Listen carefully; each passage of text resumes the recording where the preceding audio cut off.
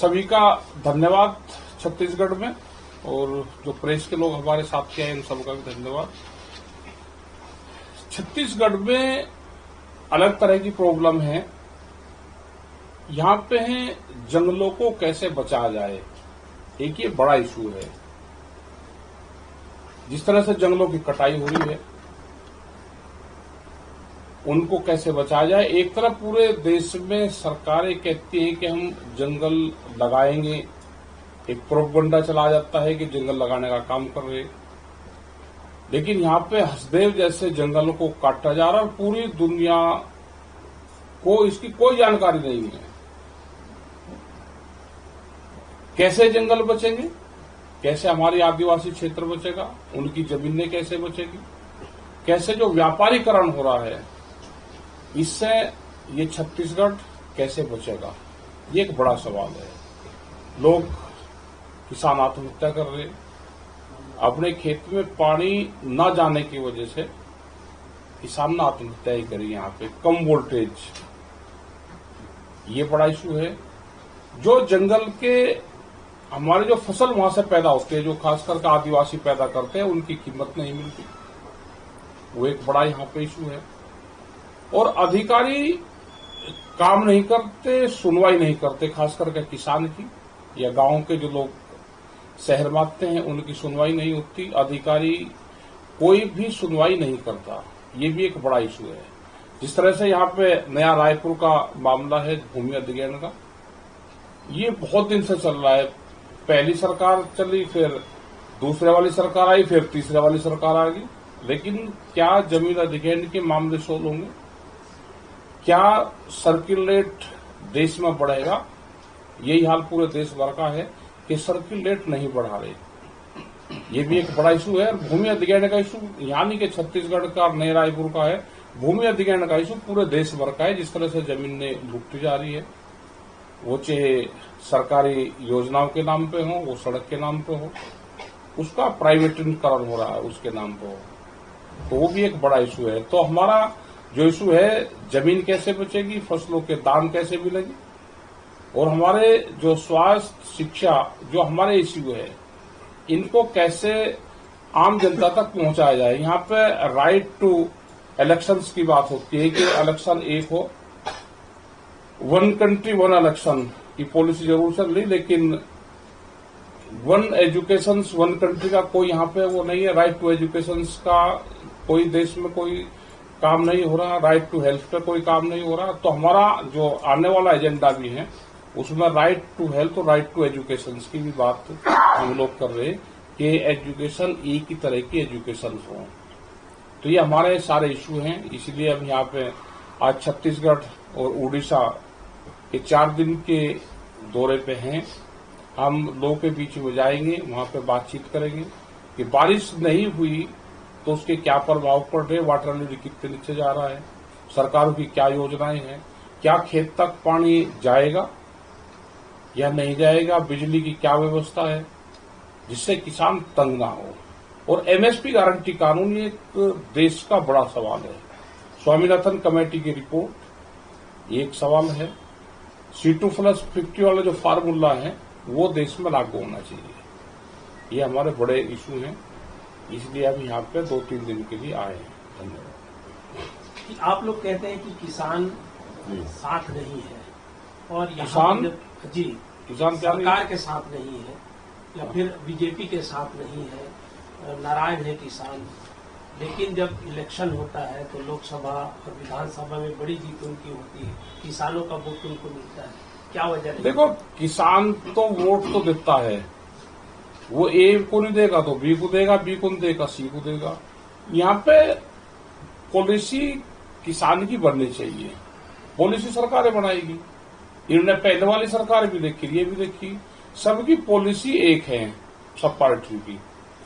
किसान जहाँ पे आंदोलनरत है किसान, वहां पे वो अपने काम करवा जाता है, और जहाँ पे संगठन कमजोर है, अपनी बात मजबूती से नहीं कह सकते, क्योंकि सब सरकारों की पॉलिसी सेम है।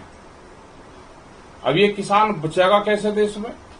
क्योंकि जैसे ब्राजील एक कंट्री है, उसमें 80% जमीन वहां की पूंजीपतियों के पास है। क्या उसी तरह का यहाँ पे कंट्री बनेगा? आज से 50 साल पहले यूएसए भी हमारे जैसा एक देश था। आज उसकी सब जमीनें चलेगी और पूंजीवाद के पास में है। आप एक पोल गाड़ना है हमको अगर लाइट का, आप किसी सेठ ने जमीन ले लिया, आप उसके खेत उसमें गाड़ कर दिखाओ, उससे प्लॉट में, लेकिन किसान के खेत में गाड़ देते हैं। उसकी करोड़ रुपए की जमीन को बर्बाद कर देंगे। लेकिन व्यापारी का अगर प्लॉट है वहां पे, उसको बचाने के लिए किसान की जमीन को बर्बाद कर देते हैं। तो ये जो पूंजीवाद की पॉलिसी है, इसमें आंदोलन तो रहना पड़ेगा। इलेक्शन तो जाति पे, धर्म पे, भाषा पे सबको पता है कि इलेक्शन आज देश में कैसे है। तो इलेक्शन को इससे नहीं नाप सकते। पहले दूसरी सरकार थी, अब दूसरी है, उसके बाद में कोई और आएगी। तो सरकार तो ये आएगी, अदलती बदलती रहेगी, लेकिन किसानों को, गांवों को, आदिवासियों को अपने मुद्दों पे कायम रहना चाहिए और अपनी आवाज उठाते रहना चाहिए। छत्तीसगढ़ अभी जो सरकार छत्तीसगढ़ में चल रही है, किसानों को वादा किया था कि 3100 रुपए प्रति क्विंटल धान की खरीदी करेंगे और प्रति एकड़ 20 क्विंटल की खरीदी करेंगे, 21 क्विंटल की, और वादे को पूरा किए हैं ऐसा दावा उनके द्वारा किया जा रहा है। जो किसान है वो भी खुश है और उसी के आधार पर जो जीत करके आए हैं। ऐसा नहीं, ये वादों पे जीत रहे हैं क्या? जो किसान का धान और बचेगा वो कहाँ जाएगा? उसका क्या रेट होगा? वो सस्ते में बिकता है फिर, और व्यापारी किसान के नाम पे उसको फिर बेचता है। जहां खरीदी बंद हो जाएगी, सरकारी खरीदी फिर भी चलती रहती है। आप उनसे देखोगे कहां से जाए, वो दूसरी जगह से खरीद कर जाते हैं, दूसरे स्टेट से जाते हैं। लगता है भाई आपका बिहार स्टेट है, लगता है भाई दूसरे स्टेट यहां पे पड़ेंगे, वहां से खरीदते हैं, सस्ते में खरीदते हैं। क्या जब वन नेशन और वन इलेक्शन की बात करते हैं तो खरीदी सब जगह की होनी चाहिए। हमने कहा कि एमएसपी गारंटी कानून, देश में जो एमएसपी है उसके नीचे पे खरीद ना हो, और जिस भी सरकार को इंसेंटिव देना है वो दे दे, लेकिन उसके नीचे पे कोई भी व्यापारी खरीद ना करे। उसको क्यों नहीं सरकार बनाती भाई? जिसकी आज सरकार यहाँ पे है, मध्य प्रदेश में भी उसी की है, उत्तर प्रदेश में भी उसी की है, बिहार भी उसकी अलायंस सरकार है। 800 रुपए से 1200 रुपए का बिहार में धान का रेट है। क्या उन किसानों की कोई गलती है?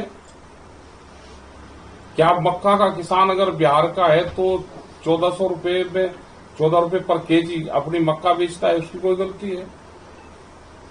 तो जैसे बिहार बना है ऐसे ही ये स्टेट भी बनेंगे। लेबर स्टेट बनने जा रहे हैं सब।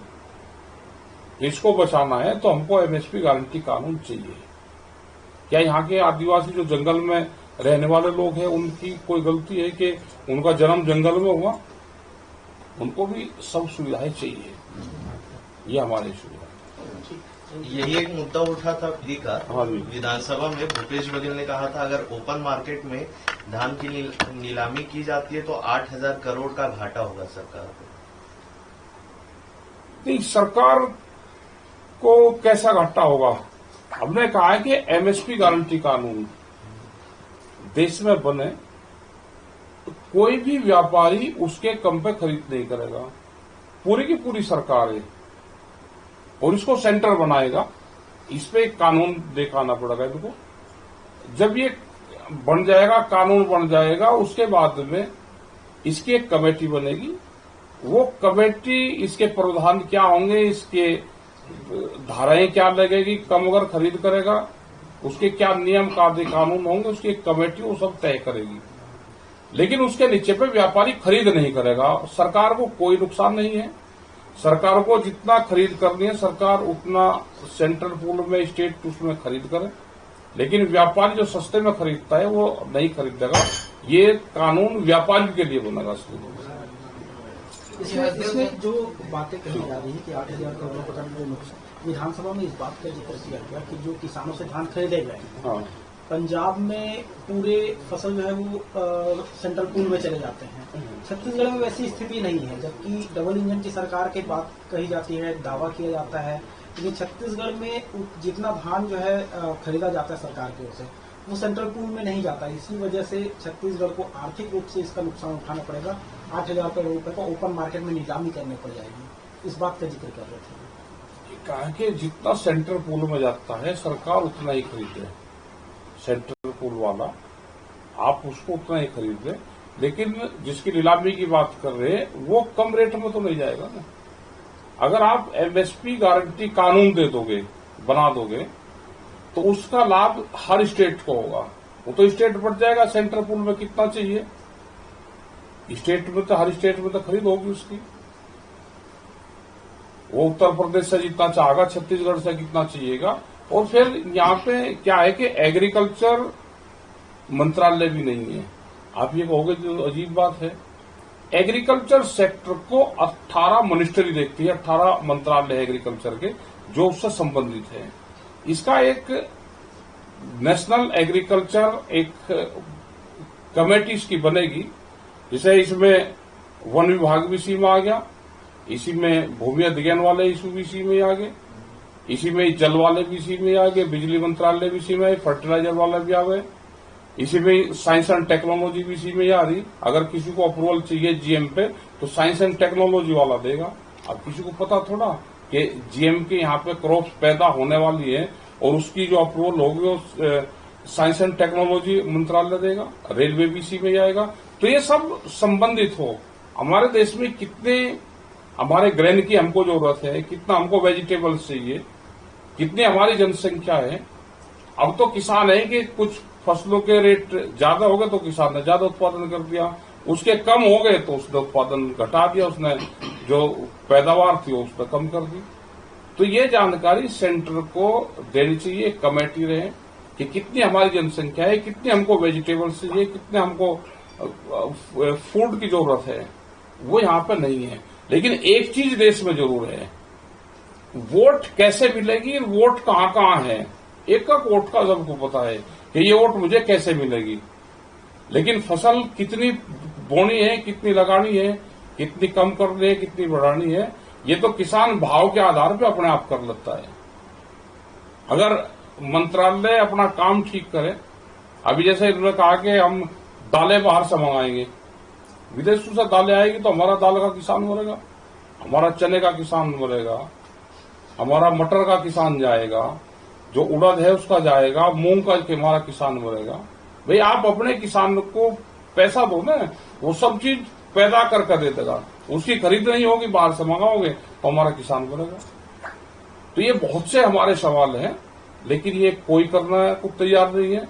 सब सरकार को है कि पूंजीवाद को कैसे बढ़ावा देगी। आप देखोगे कि हाईवे की सब जमीनें सब व्यापारी ने खरीद ली, तो उनका टारगेट है कि 2047 तक जब आजादी का 100वां वर्ष बनेगा, उस टाइम तक किसान की जमीन करीब 60 से 70% जमीन बड़े उद्योगपतियों के पास में चली जानी चाहिए, इनका टारगेट है।